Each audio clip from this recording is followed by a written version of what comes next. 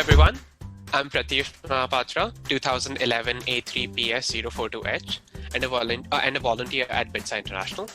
Hope you're staying safe and healthy.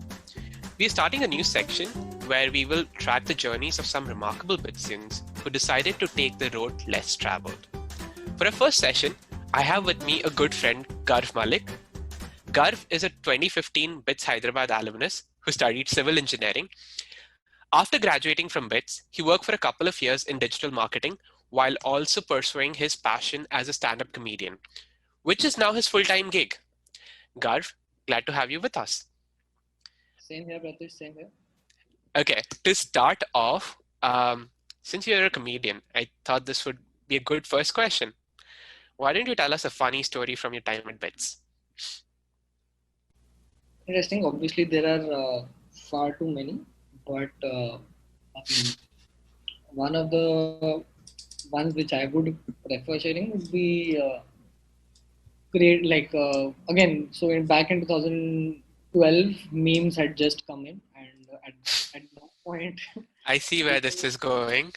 Okay. Of course you do. So, which is what I feel was again the starting. Like one memes could be made to like even though it was Rage Comics at that time, and just using one image and one caption.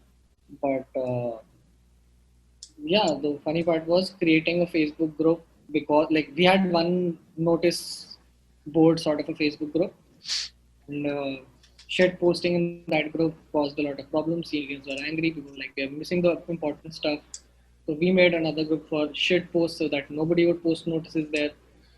And at one point we reached so much traffic in that group that more people were visiting the shit posting group, and we were getting official notices कि भाई ये भी इसमें डाल दो, so that people would actually see rather than just letting them get lost in the notice board.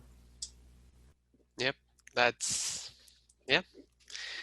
was part of that group. I'm still part of that group. It's still so active. I keep on getting notifications from like 5-6 years back on so many posts. People are still tagging there. Interesting. It's a nice it was the start of something different there. No, but Pratyush, I hope you know the reason you get notifications is because the juniors are shitting on us because of the archives.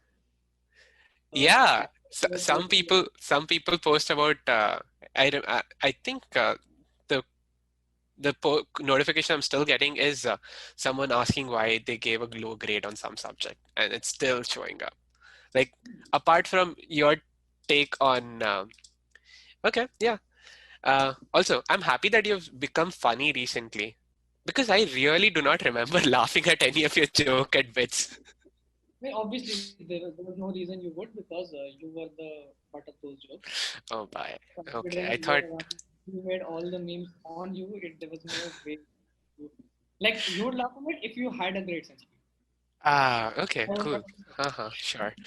Okay, I'm happy that I'm not butt of your jokes right now. Okay, take us through your story. So how did you get attracted to comedy? Again, so I joined in 2011, and that's when the first placements happened for Hyderabad campus. And the results were so disheartening that civil had only one core company coming, and the highest CTC for civil was also the lowest CTC for college. Then in a fest, we bring a comedian who talks for an hour, and then we give him a check, which is more than the monthly salary of any civil guy. And that's when you realize that, oh, you have been cheated. But no, more than that, it was the fact that you could be on stage and you were making people laugh and you were getting immediate reaction.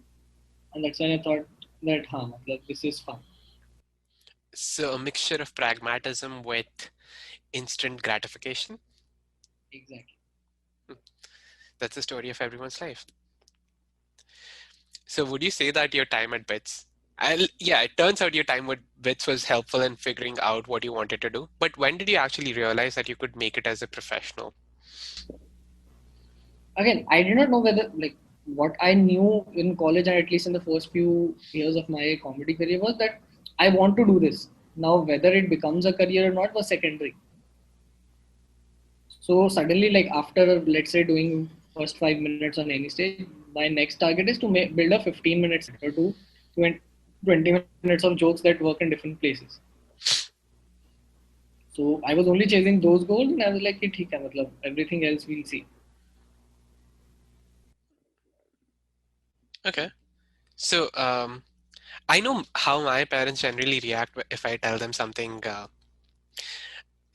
something out of the blue, right? Rather, especially when it comes to careers, if I had decided to take a non-traditional path, I'm not so sure how they would have reacted. But Indian parents are not known to react that well. What was your parents' reaction when you actually told them, "Hey, I don't want to do civil engineering, but I actually want to become a full-time comedian"? So again, luckily both of these things came at separate stage because I had insisted on taking civil engineering and I had refused to go to BITS Goa because Goa did not have civil, which I feel was the reason everybody laughed at me on campus.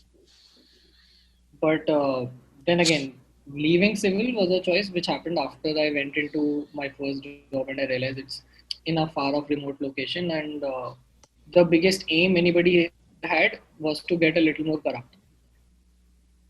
And I was not okay with those kind of dreams.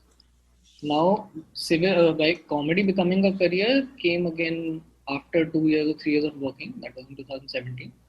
And the only reason they were slightly okay with it was because my neighbor happens to be Amit Tandon. So they have known his family for about 2 decades or more. Like his dad and my dad go for walks together. And for those who don't have context, Amit Tandon is a guy who's already on Netflix and is an Indian comedian. And had also purchased a home, like an 8-digit worth real estate property because of comedy. So they were hopeful. He, even if our son can make 1% of it, this works. So you're lucky that you had a trailblazer right next to your house, basically. Happy and sad both because then you realize what are the expectations here. Like imagine growing next to the Steve Jobs of comedy. He's Fair the guy enough. who's the first one to go to like 10 other countries and open an Indian stand-up market there.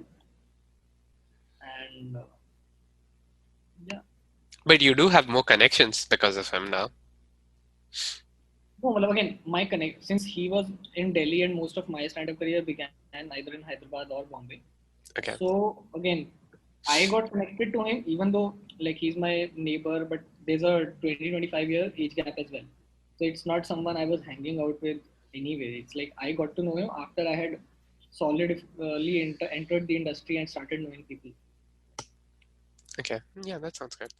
So, I guess in a way this would be a redundant question, but what are the challenges that you face while making a transition from a career? So technically, when your first job was in management, right? It was more in public relations.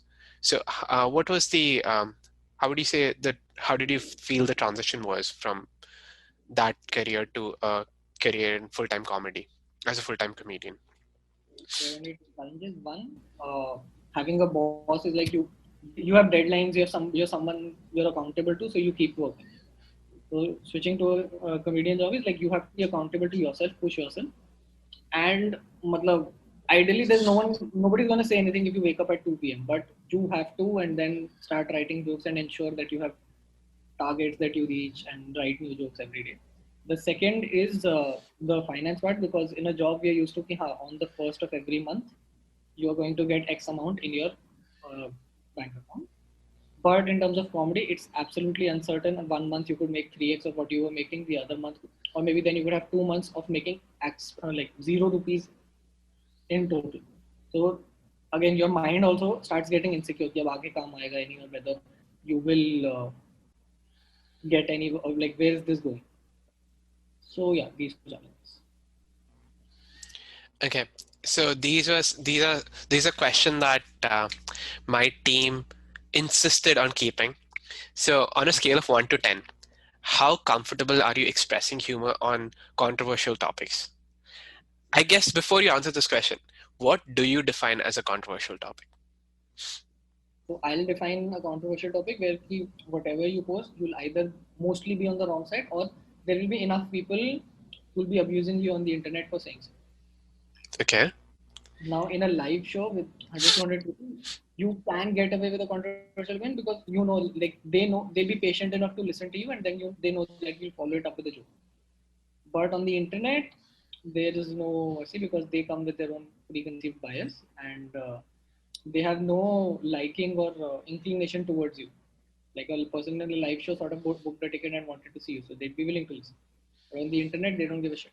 You come up in their feed and they're going to abuse left, right, and center. And would that also be the case when you're describing something with respect to politics? It can be politics, it can be a gender issue, it can be your opinion on any government policy, it can be any opinion on any religion, or in fact, could be your opinion even on traffic for a certain reason. Okay. So I guess the last few questions are more about COVID. So given that COVID has caused a massive disruption, I'm assuming that you won't be are not doing any live shows these days. So how has it, like, how have you transitioned, and how are you trying to make sure that the audience still receives your content? So again, we are doing Zoom shows, but like if a live show, if a comedian is an alcoholic and live show is alcohol, then Zoom is like cough syrup. Like it's not going to make you high or drunk, but if that's the only thing you have, you are gonna do it. It's the experience is shitty, but then since we have like no comedian wants to go insane, because so which is why they're like abhi kuch bhi kar lo, at least that even if there's a lag, but as long as you can hear people laughing, it's okay. Good. Thanks, Garv. This was an amazing talk. I at least learned a lot from this. It was really good talking to you. I have a feeling that you want to add something more. Go ahead. Yeah, man, just raise your standards of learning. It's always fun talking to you.